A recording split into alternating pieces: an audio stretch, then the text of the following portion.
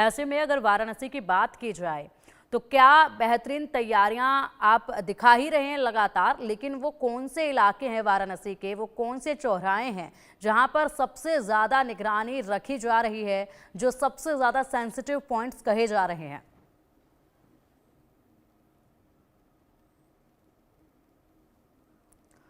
हुआ या फिर बड़ी बाजार हुआ, ये ऐसे जगह हैं जहां अति संवेदनशील एरिया बताया जा रहा है, क्योंकि यहाँ पे हिंदू और मुस्लिम दोनों पक्ष के लोग रहते हैं। और जो पदाधिकारी है उनके कंधे पे यह जिम्मेदारी है कि जो होली है वो सौहार्द तरीके से बीत जाए, किसी भी धर्म को किसी के द्वारा क्षति ना पहुंचाया जाए या किसी तरीके से बयानबाजी ना किया जाए। उसको लेकर चाहे धरातल पे अधिकारियों की बात कर ले या फिर सोशल मीडिया पे जो पदाधिकारी की टीम है जिनको जिम्मेदारी मिली है वो नजर गड़ाए हुए हैं। एलआईयू के कंधों पे जिम्मेदारी है, किसी तरीके से कोई इनपुट हो तो वो जल्दी बताए, किसी तरीके से उपद्रव न हो, उसको लेकर खुद आलाधिकारियों के साथ सीएम, एक बार और तस्वीर आपको दिखा दूं, उत्तर प्रदेश के मुख्यमंत्री सर्किट हाउस में लगातार बैठक उनका जारी है। उसके बाद वो काशी विश्वनाथ मंदिर जाएंगे, काल भैरव मंदिर जाएंगे, उसके बाद रात्रि विश्राम भी मुख्यमंत्री योगी आदित्यनाथ का बनारस ही रहेगा। तस्वीर आप देख सकते हैं, जो सुरक्षा में लगे पुलिस कर्मियों के टीम है यहाँ पे मुस्तैद है, बैरिकेडिंग लगी हुई है, क्योंकि आलाधिकारियों के साथ खुद उत्तर प्रदेश के मुख्यमंत्री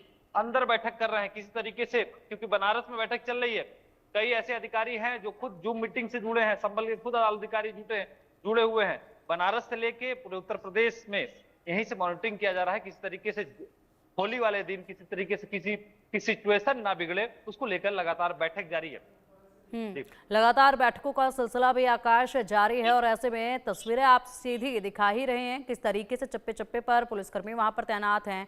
ऐसे में फिरोज, अगर बात की जाए तो फ्लैग मार्च जो है वो लगातार निकाला जा रहा है, तमाम आपकी रिपोर्ट सामने आई है, चप्पे चप्पे की आपने तैयारियां जो हैं वो हमारे दर्शकों तक पहुंचाई है। ऐसे में किस तरीके से सुबह से लेकर शाम तक हलचल जो है वो देखी जाएगी? जो समय निर्धारित किया गया है जुम्मे की नमाज पढ़ने के लिए, उस वक्त तक के लिए क्या खासी तैयारियां, उस दिन क्या कुछ रह सकता है? ये तस्वीर एक बार आपसे समझना चाहेंगे। काफी बड़ा दिन है दोनों धर्मों के लिए, दोनों पक्षों के लिए, और ऐसे में पूरी तरीके से सरकार की और प्रशासन की यही कोशिश है कि शांति से ये जो त्यौहार है, ये जो दिन है वो निकले, बीते, और ऐसे में लोगों के बीच में हंसी खुशी से ये त्यौहार मनाया जाए। तो ऐसे में उस वक्त का जो समय होगा सुबह से लेकर शाम तक, किस तरीके से प्रशासन की निगरानी रहने वाली है? बैठकों का सिलसिला अभी तक लगातार जारी है। पिंकी जी, आपको बता दें जिस तरीके से जिस दिन 14 मार्च को होली खेली जाएगी उसी दिन जुमा भी है। दोनों ही चीजें अपनी अपनी जगह महत्व रखती हैं और सभी लोग इस चीज का सम्मान भी करते हैं। इसी को लेकर जो प्लान है, क्योंकि प्लान पर्दा तो उसका फास्ट नहीं किया जा सकता, लेकिन जिस तरीके से सूत्रों से पता चला है कि पुलिस प्रशासन ने अपनी पूरी प्लानिंग बना रखी है, जिस तरीके से सेक्टर मजिस्ट्रेट वहां पर रहेंगे, पूरी निगाह रखेंगे। सुबह 5 बजे से ही पुलिसिंग चालू हुई है।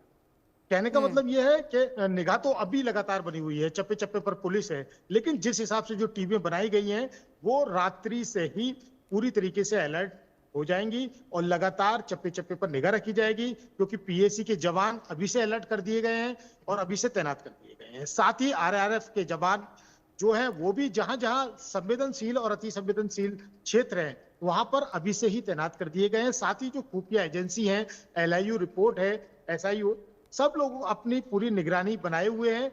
और जिस तरीके से पूरा जो मैप बनाया गया है, जिस तरीके से एसपी कृष्ण कुमार बिश्नोई का सीधा सीधा ये भी कहना है कि अगर कोई जबरदस्ती आपके ऊपर रंग लगाए तो आप नजदीकी थाने या चौकी में जाकर उसकी शिकायत करें, उसके खिलाफ तुरंत कार्रवाई होगी। ये बयान भी एसपी कृष्ण कुमार बिश्नोई का आया है। लेकिन वहीं जिस तरीके से और बयानों को लोग दिखा देते हैं, जिस तरीके से सीओ अनुज जी का बयान आया, लेकिन उनके बयान को समझने का तरीका चाहिए। उनका बयान भी गलत नहीं है कि अगर कहीं रंगों से परहेज है तो आप ना निकलें। इस चीज का धर्म गुरु भी अपील कर रहे हैं, जो मौलाना है, मौलवी हैं, वो भी ये कह रहे हैं कि अगर हिंदू भाई कहीं रंग खेल रहे हैं और आपको लगता है कि हमारे ऊपर रंग लग जाएगा तो आप उस रास्ते को ना जाएं, दूसरे रास्ते को चले जाएं या उस समय घर से ना निकलें। बिल्कुल, तो बिल्कुल। ये केवल बिल्कुल फिरोज, बिल्कुल ये जो होली का वक्त होता है, ये एक ऐसा वक्त होता है कि जो युवा हैं, खास करके युवा जो हैं, वो इतने ज़्यादा जोश में होते हैं, एक दूसरे को रंग वो लगा रहे होते हैं और इतने ज़्यादा खुश वो होते हैं कि वो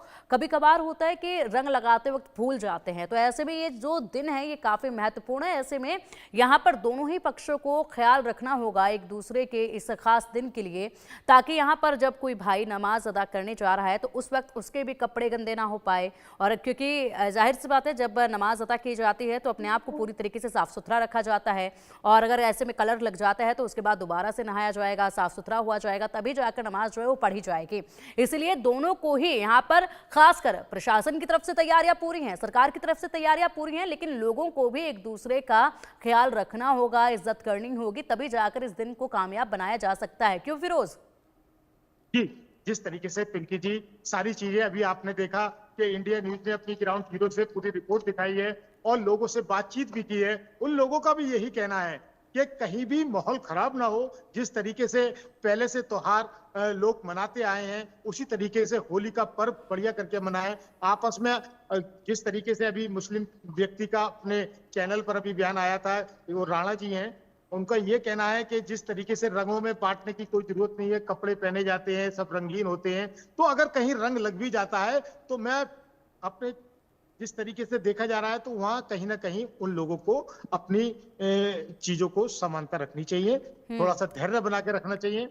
तो ये चीजें हैं, सारी चीजें सामने हैं और धरातल पे है। जहां तक है जिला प्रशासन और पुलिस प्रशासन पूरी मुस्तैदी के साथ है, और जो सद्भाव वाले लोग हैं, जो सद्भाव चाहते हैं, अमन शांति चाहते हैं, उन लोगों की भी लगातार लोगों से बातचीत चल रही है, अपील कर रहे हैं। कहीं ना कहीं ये है आज के टाइम में कि संबल को अच्छा रखना है, इसको लेकर लगातार, चाहे वो संबल के पूर्व चेयरमैन रहे हो नुसरत इलाही जाबाई, उनका भी लगातार बयान आया है। उन्होंने भी साफ साफ कहा है कि सभी लोग मिलजुल कर, बड़े बड़े नेता हैं लेकिन कहीं ना कहीं कुछ ऐसे लोग भी सामने आ जाते हैं जो यही चाहते हैं कि कुछ हो, लेकिन उस पर पुलिस ने पूरा पूरा पूरा बंदोबस्त और पूरा इंतजाम कर रखा है। जिस तरीके से जिला अधिकारी डॉक्टर राजेंद्र पेशिया और पुलिस अधीक्षक कृष्ण कुमार बिश्नोई का सीधा सीधा कहना है कि जो भी शरारत करेगा, वो चाहे किसी धर्म जाति विशेष का हो, कोई भी हो, उसको बख्शा नहीं जाएगा और उसके खिलाफ कड़ी से कड़ी कार्रवाई होगी और उसको जेल भेजा जाएगा। जी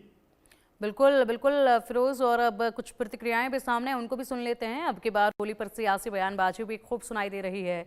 यूपी के मंत्री रघुराज सिंह ने तो यहां तक कह दिया है कि जिसे रंग से परहेज हो वो त्रिपाल का हिजाब पहने। तो विधायक केतकी सिंह ने पूछा है, आखिर होली से एक वर्ग को दिक्कत क्यों है? देखिए, शासन प्रशासन तो मुस्तैद है होली मनाने के लिए और जुम्मे की नमाज भी अदा कराने के लिए, परंतु कुछ लोगों को ऑब्जेक्शन है। वह लोग, जैसे महिलाएं इनका हिजाब पहनती है, तो मैं उनसे निवेदन करूंगा त्रिपाल का, जैसे मस्जिद को भी त्रिपाल से ढकते हैं, तो त्रिपाल का हिजाब बना लें और उससे वो लोग जा आ सकते हैं, तो उसमें परेशानी नहीं होगी और उनको आसानी से अपनी नमाज अदा भी हो जाएगी। और देखिए, अब रंग के लिए किसी से हम ये नहीं कह सकते कि 5 मीटर तक ही रंग डालना है, 18 मीटर में रंग नहीं डालना, ऐसा हो नहीं सकता, क्योंकि होली सनातन धर्म की बहुसंख्यक की आस्था का विषय है। कोई घमासान नहीं है, शांति का संदेश है।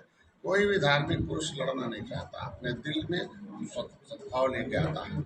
ये तो नेता लड़ाते हैं, और कुछ सिरफिरे लोग हैं जो चाहते हैं अशांति है। योगी की सरकार है, यहाँ तो शांति शांति रहेगी, जो जिस लायक होगा वहाँ पहुँच जाएगा। तो मैं कह रहा हूँ आज के दिन में जिसको होली नहीं पसंद है, भाई रंग तो रंग है ना। हम तो कहते हैं मुसलमान ही तो सबसे ज्यादा कपड़ा रंगता है, सबसे ज्यादा रंग तो ही रंगीन कपड़ा पहनता है, सबसे ज्यादा रंगीन मकान बनाता है। तो एक दिन होली के दिन भी रंग अगर उसको लग जाए तो कौन सा धर्म है? अब ये तो मुसलमानों को तय करना है ना, क्योंकि भाई जब होली होती है तो उनको दिक्कत, रामनवमी होती है तो उनको दिक्कत, दुर्गा पूजा होती है तो उनको दिक्कत, तो हम लोग के साथ इलाज कराने में भी हो सकता है उनको कोई दिक्कत हो। तो मैं तो मांग करती हूँ महाराज जी से, कितना खर्चा हो रहा है तो एक कमरा बना ही दिया जाए और एक बिल्डिंग, एक तरफ विंग बना दी जाए कि आप जाके अपना इलाज वहाँ करा लो भैया।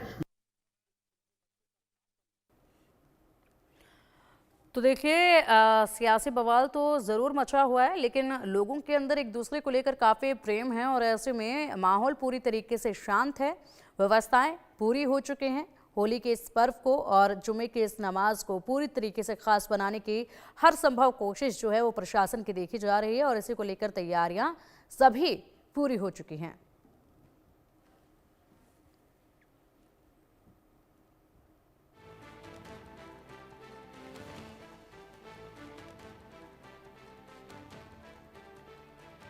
और सीधा रिपोर्ट हमारे सहयोगियों ने आप तक पहुंचाई है। फिलहाल मेरे सहयोगियों का बहुत बहुत शुक्रिया जिन्होंने ये तमाम अपडेट्स जो हैं वो हमारे दर्शकों तक पहुंचाई। पढ़ेंगे अब आगे। होली और जुम्मे की नमाज को लेकर नोएडा पुलिस ने सेक्टर 8 स्थित जामा मस्जिद पर कई थानों की फोर्स के साथ डीसीपी एडीसीपी ने डॉग स्क्वाड की टीम के साथ फ्लैग मार्च निकाला है।